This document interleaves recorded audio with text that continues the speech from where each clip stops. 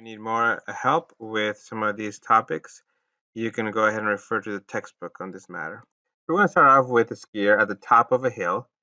All right, and this skier will have an initial velocity of 0, meaning that it starts from rest. He gently nudges himself forward, and then he begins to go down the slope.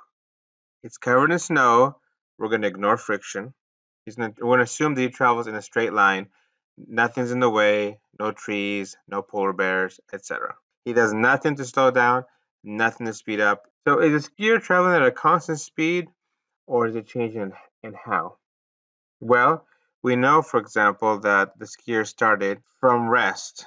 So the initial velocity was 0. But obviously, once he nudged himself forward, he was no longer at rest. He actually began to move.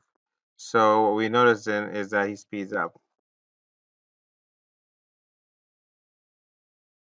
So the question is, what is making the skier go down the slope? It was a small little nudge, but by the end of the slope, he's going pretty fast.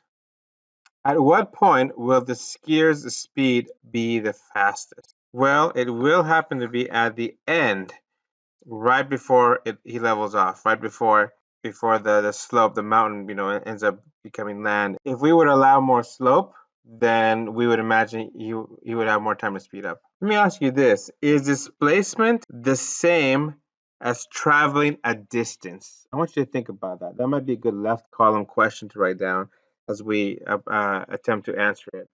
Is displacement or displacing the same thing as traveling a distance or a length? A bowling ball is picked up from the ball return, thrown, and comes back through the ball return. So the question is, what is its displacement? Well, hint, it's called a ball return, right? Because it returns it. If it returned to where it started, then its displacement is 0. I didn't ask how much did it travel or what distance it went. I'm asking how much it displaced.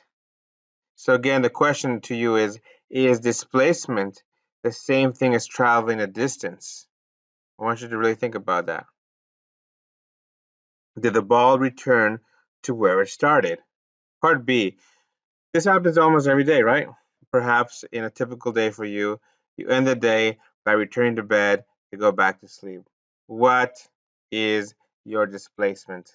Well, you started from in bed and you finished in bed. So your displacement again is 0.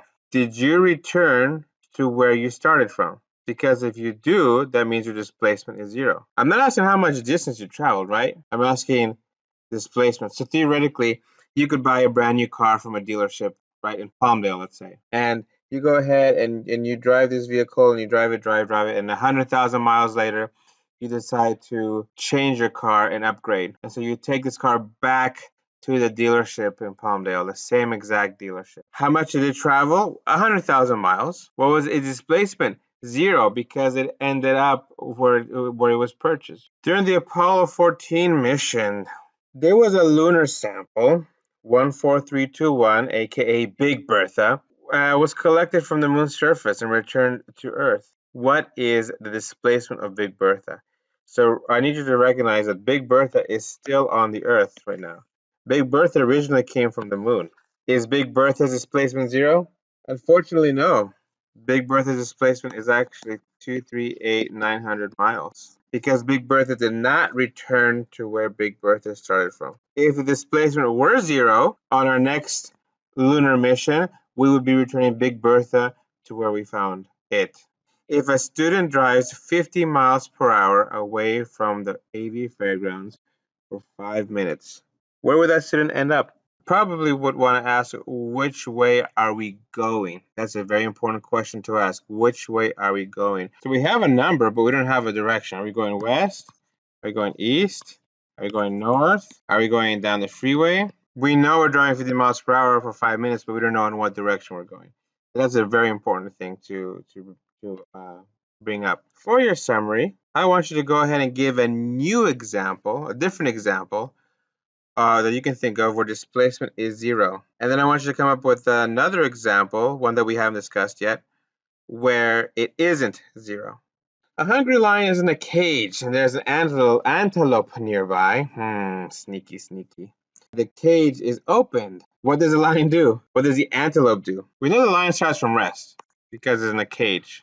I'm sure that being a hungry lion, this lion is going to want to go ahead and, well, have some dino nugs, right? But because there aren't any dino nugs nearby, an antelope will have to do. So at this point, what's going to happen is the lion is going to speed up. There'll be a change in the lion's velocity. We call this acceleration. The antelope, I would imagine, would probably accelerate away as well.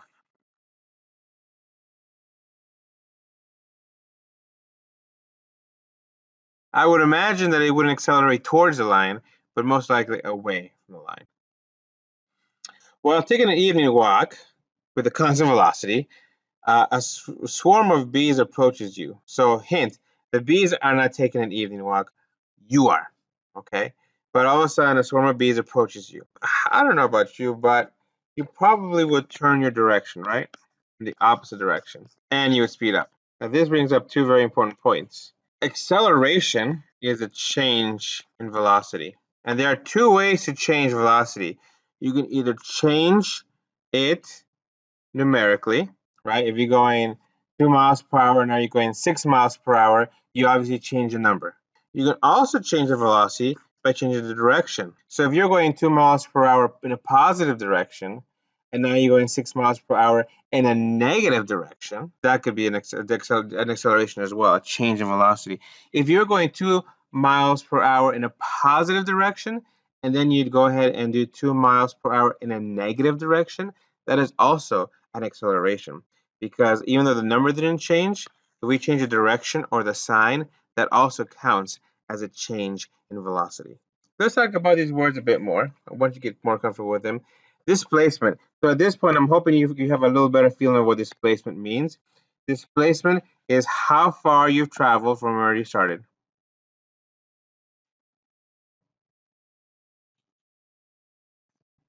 To distance, and it's also related to length. But you must recognize it's not the same thing. Okay, because you can actually travel a distance, right, like a vehicle, but if I return that vehicle back to where I bought it, it's displacing a zero, even though odometer is going to go ahead and read 75,000 miles. Be aware, it is related, but it's not identical. Magnitude. You've been already introduced to magnitude. Magnitude is absolute value. It's pretty much just a number with no sign. Think about earthquakes, right? We talk about an earthquake has a magnitude 7.2 earthquake. Nobody asks in what direction did it travel, because that's a silly question. You do say an earthquake had a magnitude of 7.2. So that's a strength, right? Another word for magnitude that we like to use in science and in math is strength. It's strength without direction, just like an earthquake. Saying 50 miles per hour is a magnitude. A scalar is pretty much another fancy word for a quantity that only has a magnitude. But a vector has both magnitude and direction. Hey.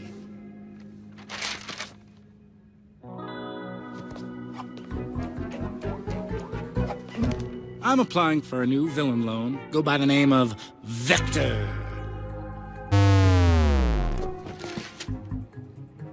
It's a mathematical term, a quantity represented by an arrow with both direction and magnitude.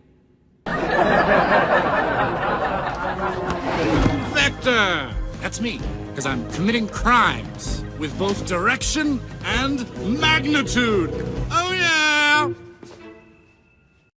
So if I say 50 miles per hour, that's a scalar. But if I say 50 miles per hour going south, that's a vector. Notice I gave it 50 miles per hour south. That becomes a vector. So in problem 3, 50 miles per hour is speed, which is a scalar. And then if I were to say, however, 50 miles per hour south is a vector, or 50 miles per hour in reverse would be a vector. Okay, so when I give it a direction, it becomes a vector, and it becomes actually what we call velocity. Let me give some other examples of scalars and vectors. So we've already talked about mass, and then we talked about weight. I made a big deal about not having you put mass on a free body diagram, only weights, right? Because weight is a force. So weight is a force. It had a magnitude, the mass, and a direction because of gravity. So weight is actually a vector. Mass, however, was just a number. It didn't have a direction. Mass does not depend on gravity. Gravity is always pulling it downward towards the larger body. But mass, however, it doesn't depend on gravity. So mass would be an example of a scalar. Speed. Speed is a scalar. It's just a number, right? You see the sign on the freeway, 70 miles per hour, but it's just 70 miles per hour. It doesn't say anything about we can't go in reverse, undo it, or we can't go sideways. Okay. It just says 70 miles per hour, which means it has a magnitude but no direction. So technically, it wouldn't matter if we're going forward or backwards on the freeway at 70 miles per hour, according to the definition of scalar, because all it is a number. However, velocity is a vector because it has a magnitude and it has a direction. So instead of a speed limit, if it were a velocity limit and it says 70 miles per hour, it would have to be understood that's positive if it was a velocity limit instead of a speed limit. And that would force us to go ahead and move in a positive direction. We're going to, of course, go way deeper into this, but I just want to kind of introduce you to some things. Average velocity would require 2 points, whereas instantaneous at an instant would require exactly only 1 point.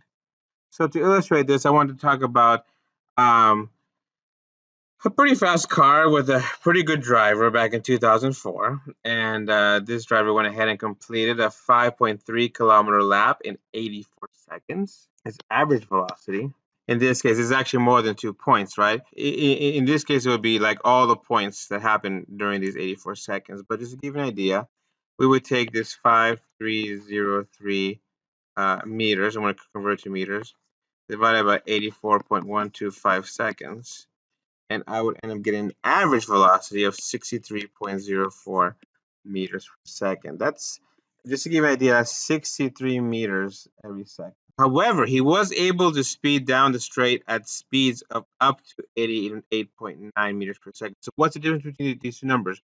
Well, this number right here is a reflection of 84 seconds. But this 88.9 is something that happened at an exact second. So what happens is that with an average, we're looking at a lot more data, right? We're looking at a final point, we're looking at an initial point, and we're seeing what happened. However, with an instantaneous velocity, we're looking at exact specific at the moment, like radar gun velocities. Finally, acceleration. Acceleration is a change in velocity. A change in velocity during a period of time. I probably didn't define velocity up here. I think there's a bullet right above it. Velocity is a change in displacement during a period of time. So you have displacement, right? And then if you change your displacement, you get velocity. And if you change your velocity, you get acceleration. And what if you change acceleration? Well, now we're talking about roller coaster physics. That's for another day. Summary. How are displacement, velocity, and acceleration related? Also, is speed velocity? Is velocity speed?